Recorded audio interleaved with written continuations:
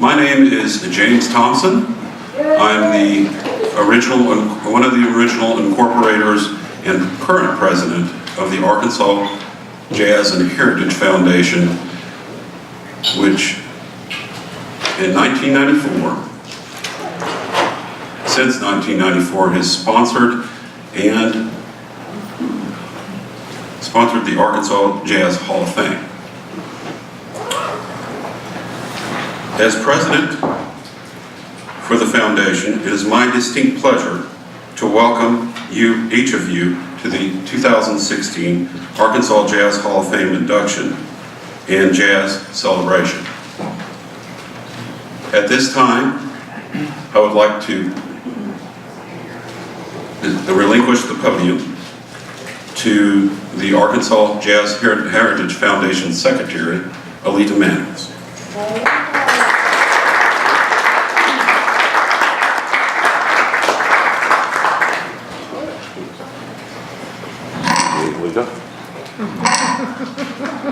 Sorry, I'm short.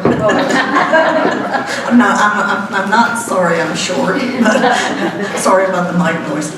I am so glad to see so many familiar faces here this evening, and I'm equally glad to see some people that we don't normally see at jazz events. I hope that means that you have developed an appreciation for jazz recently and that you are going to become part of this little tight-knit jazz community. So I apologize if I'm supposed to know you and I say, hey, you, because I don't recognize you. Please just say, Alita, it's me. I obviously am not working from notes. I had a couple of scribbles, as I usually do, and they ended up in the box with the annual meeting notebooks. So here we go. It is my job to give you a very quick introduction to the Arkansas Jazz Heritage Foundation. What we aren't.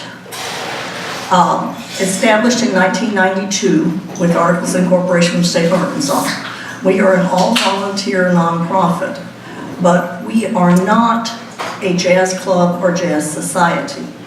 There are two very active jazz clubs and jazz societies in Arkansas. One of them is the Hot Springs Jazz Society, and one of them is the Northwest Arkansas Jazz Society. So if you are looking for a nonprofit, and they are both 501c3 nonprofits, if you're looking for a nonprofit, you'd like to get involved that does bookings and looks out for its members' performance, there are two good ones in Arkansas that have been around as long as this foundation. Our primary mission is to educate the general public about the historical significance of jazz. And we certainly try to help publicize jazz events, and we make recommendations and encourage venue owners and managers to have live jazz. But the only bookings or contracts that we do are at this annual event in mid-June, and the musicians can attest to the fact that you could barely call it a booking. They are here for what we oldsters used to call gas money. But we are focused on posterity. Yes, we do try to celebrate and promote live jazz that's going on right now, but we do all of that not so interesting and exciting work to try to make sure it doesn't disappear once the last note has been played. We do not go around recruiting members, but that doesn't mean that we don't welcome members. We just don't recruit. If you are interested, especially if you're in Central Arkansas, if you are interested in belonging to an organization like ours, we cost less than most magazine subscriptions. $20 a year will get you a membership. And if you're interested, you have to be an adult. We do not have under 21 members. But James Thompson has membership forms out at the check-in table, and you can also download them from our archival website. Did you hear that word archival? That's the, okay. Don't expect to find a lot of interesting stuff on our website, except in the Hall of Fame section. It's mostly archival records. And if you want to know what's going on currently, as in events and things, go to our Facebook page, the Arkansas Jazz Heritage Foundation. There are several posts each week. I'm assuming that some of you learned about this event from the Facebook page and the Facebook invitation. Okay. There was one copy, and we don't normally do this, but this was an unusual year. So on your table, unless someone scavenged it, there was one copy with 4 pictures on it, because that archival website will not have tonight's information up there until it's all been tabulated and finished. And so, if any of you in the crowd didn't know the basics about any of the 4 jazz musicians being inducted tonight, I slapped a little paragraph, and it doesn't do justice to any of them. It takes a book to do justice to Clark Terry. But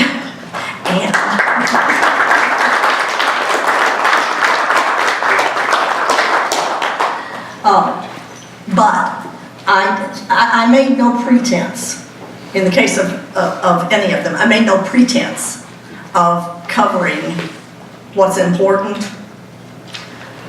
I just put some basics there, and I wanted to tell you that you can Google and find these people, and you don't have to wait for my long detailed write-up on the website. There are, for early jazz people, there are 2 sites called 20sjazz.com and 30sjazz.com. So if you're wondering, and keep swinging blogspot.com. There are websites out there that mostly German experts and Danish experts have created. And they have videos, and if there's a video, if there's archival footage, they have it. So please don't expect us to be doing justice tonight to the careers of any of these inductees. We'd be here all night, and I assume that most of you want to hear some jazz. Yeah. Okay.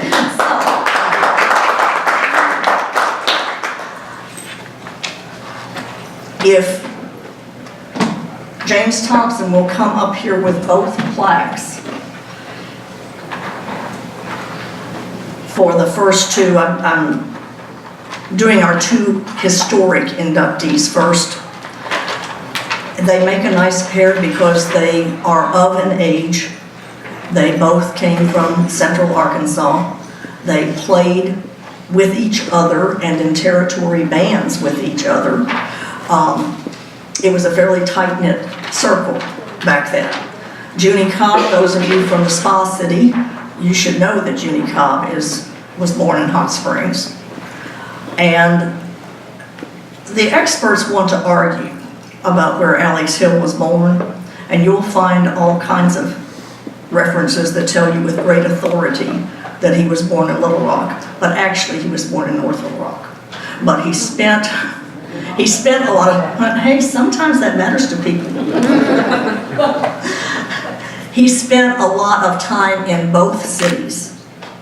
And I think the confusion comes that he died in Little Rock, but he was born in Little Rock.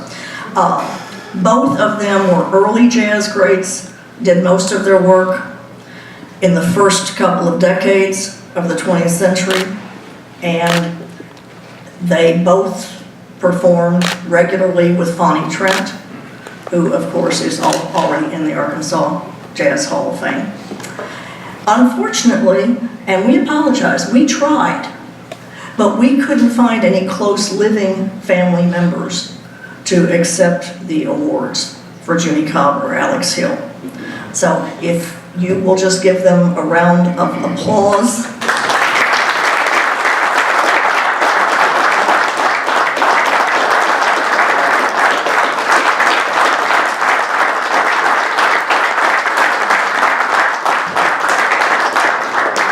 And we don't give their awards away. we continue looking for some place that is archiving that specific artist's work. For example, Richard Boone's last year went to Denmark because that's where the museum is. If we do not find a legitimate museum or collection, then they will eventually end up in a museum here in Little Rock or at the Butler Center for Arkansas Studies. They don't go in a box in the attic to be lost forever. We're going to do Clark Terry next. Some of you were at our celebration in 2015, just a few months after Clark had passed on, and we had a whole evening. We don't do Hall of Fame inductions except in even-numbered years, but in June of 2015, we all had a good time at the afterthought remembering Clark and playing music. It pretty much was just that event. But he knew, we had announced as early as 2014 that whether he was with us or not, he would be inducted the next go around in 2016. We are so pleased and honored to have Gwen Terry with us to accept his award.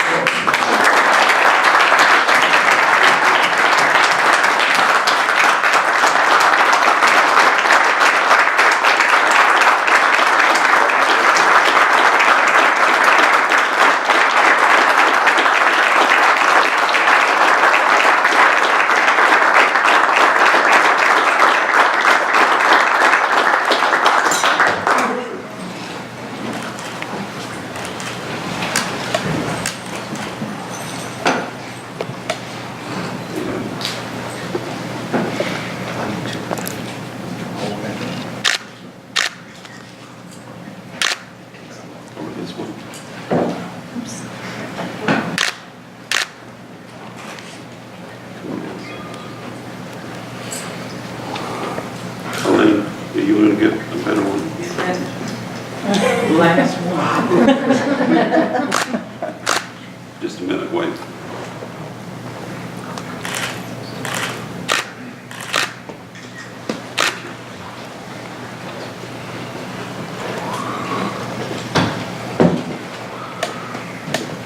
I want to blow kisses to everybody in this room.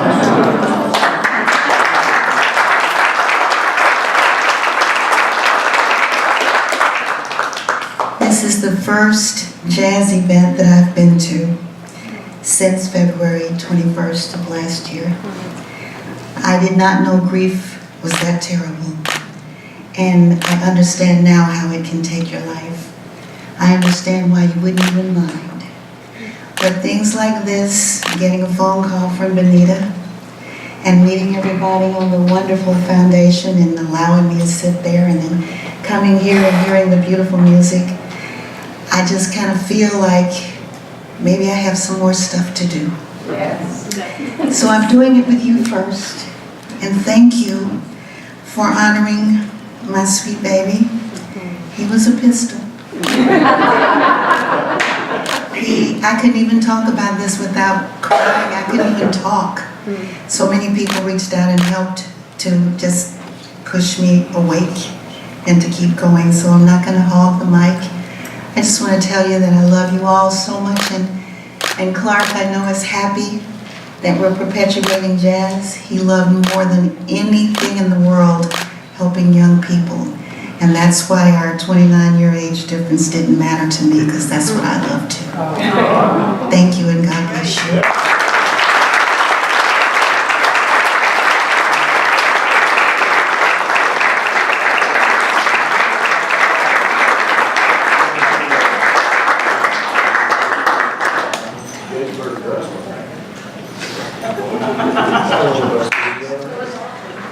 I'm going to do just one little PS. I was going to do show and tell, but with my other notebook is the book. If you have not read the 2011 critically acclaimed autobiography, that one right there saw to it that it actually got done. You have missed a book that is a must read. Yeah, absolutely. And I don't say that, I'm a teacher in lots of languages. I don't tell somebody that something's a must read if it's really not. But if you have not read Clark Terry's autobiography, it has foreword by Quincy Jones, and you really should, because it isn't just about CT. It's about everything that matters to people that care about jazz, and everybody who was anybody in those years. And I actually did bring a copy for show and tell, but just imagine that I'm holding it up. And the other thing is, if you have not yet seen the 2014 documentary, Keep On Keeping On, it was on the short list. It didn't make it was on the long list, didn't make the short list for the final Oscars, but it came really close. And it is 90 minutes worth viewing. It documents several years of Clark's mentorship with a young blind, I think he was 22, 23 at the time, piano prodigy Justin Coughlin. It's worth viewing. And it's now readily, and you can go to keeponkeepingon.com and find all the info about it. Okay, this is an odd year in that we have one living inductee, and he is young. he is younger than most to get inducted, and I could go on and on, but I'm going to settle for saying three things. The Little Rock jazz community benefited from what was devastating to so many people. But had there not been Katrina, we wouldn't be inducting Ted Ludwig into the Arkansas Jazz Hall of Fame. He came to us in 2005, and we were lucky that he has decided to stay as long as he has. And he has improved the community through not just his musicianship and his jazz trio, which we take them for granted now, and you're never supposed to take people for granted, but we take it for granted that we can 4 nights a week or 4 evenings a week that there will be top-notch jazz in the Capitol Bar and Grill. Ted has played, of course, in New Orleans. He played with all kinds of people and studied under all kinds of people and won all kinds of awards. But we're awarding on the basis of what he has done to lift the level of jazz, guitar, and education here in the capital of Arkansas. And Philip Mann. That's right. Yes. I have included it everywhere, and I hope you don't mind, because it was a resounding success. And for those of you that didn't get to see it, Ted Ludwig performed the world premiere of DJ Sparr's Concerto for Jazz Guitar and Orchestra, Katrina, for the closing in April of the Arkansas Symphony, and the Arkansas Symphony, directed by Philip Mann, played with him.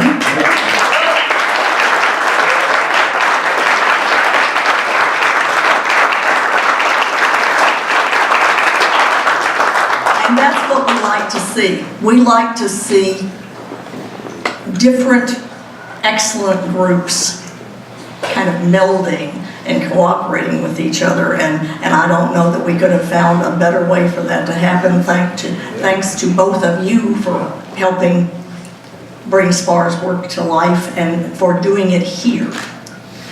Okay. James, you want to present to Mr. Ted Ludwig? Yeah. Attaboy, Teddy.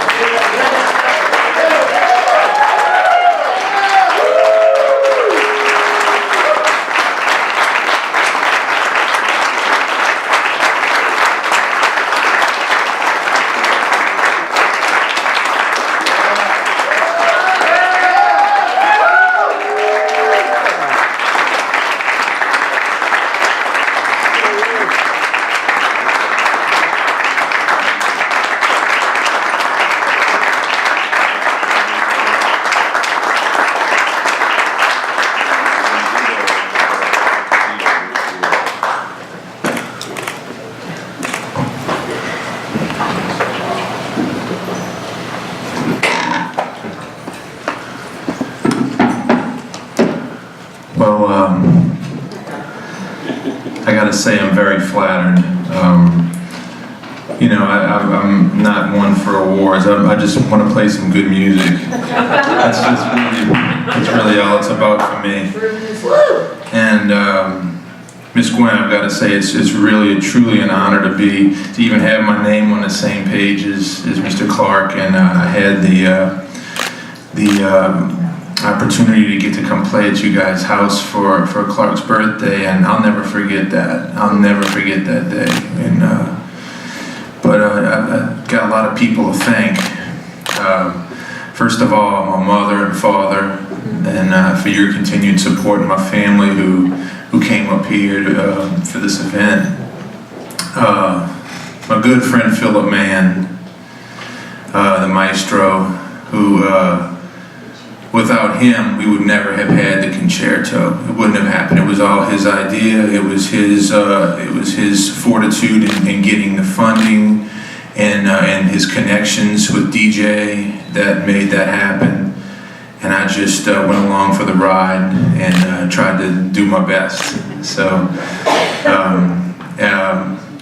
so thanks for being a great friend, Phil. And my good friend Barry Thomas is here. As some of you might know, I love to paint. It's my hobby. And Barry's the finest impressionist artist the state's ever seen, and is a very dear friend. And thanks for coming out, Barry. We appreciate it. Your constant inspiration. Barry and I got together one time, and we went over to the river, and I played, Barry painted. We drew a nice little crowd, and we sold the painting right off of Barry's easel. And there was a really unique interplay in that I was trying to react to what Barry was painting, and he was reacting to what I was playing, and the painting just came out beautiful. And it was just, want to do more of that, definitely. But just getting to have someone as inspirational as he is to perform with. So thanks for being here, brother. Last but not least, two very important people in my life I've got to thank, and that's Mr. Joe Vick and Mr. Brian Brown.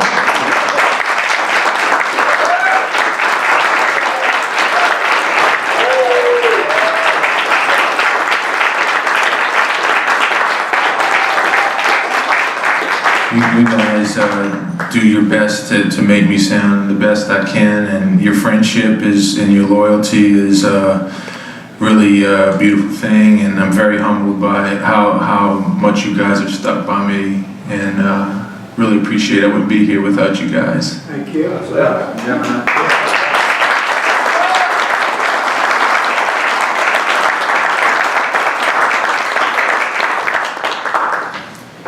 And I have to say something about the love of my life. I'm a lucky man because I got to marry my soulmate and a wonderful musician, and I love spending time with her, and every day's a gift that we spend together. And love you, baby. Yeah, man.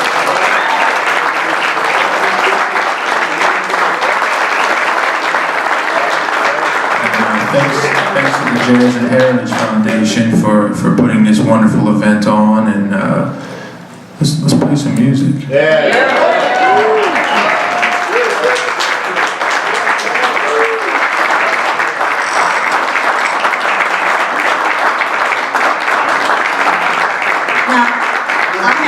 Before I introduce the players, I think almost everybody in this room knows them, but I'm going to introduce them anyway because there's video running. But before I do, let me make something clear. We don't make them play for their awards. But every now and then we're lucky enough to induct someone that would like to perform at the ceremony, in which case we don't say, no, you can't play. And just because you're going to get an award doesn't mean you can play. So, you know Ted Ludwig. From your left, Guido Ritchie on trumpet, and of course for flugel,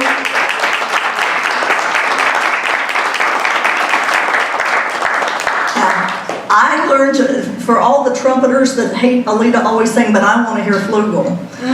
You can blame Clark Terry for the fact that Alita wants to hear flugel in jazz. I'm from St. Louis too, you know, and I was like, I came by that not accidentally. Then in Eskimo, Thomas East on keyboard.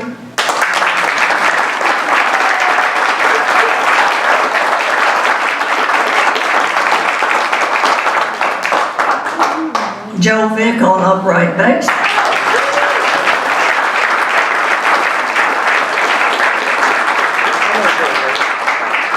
And with more than a passing acquaintance with Ted Ludwig, Matt Treadway on guitar.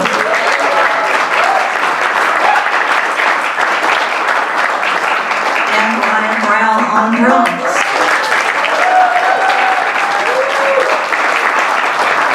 Let the music begin.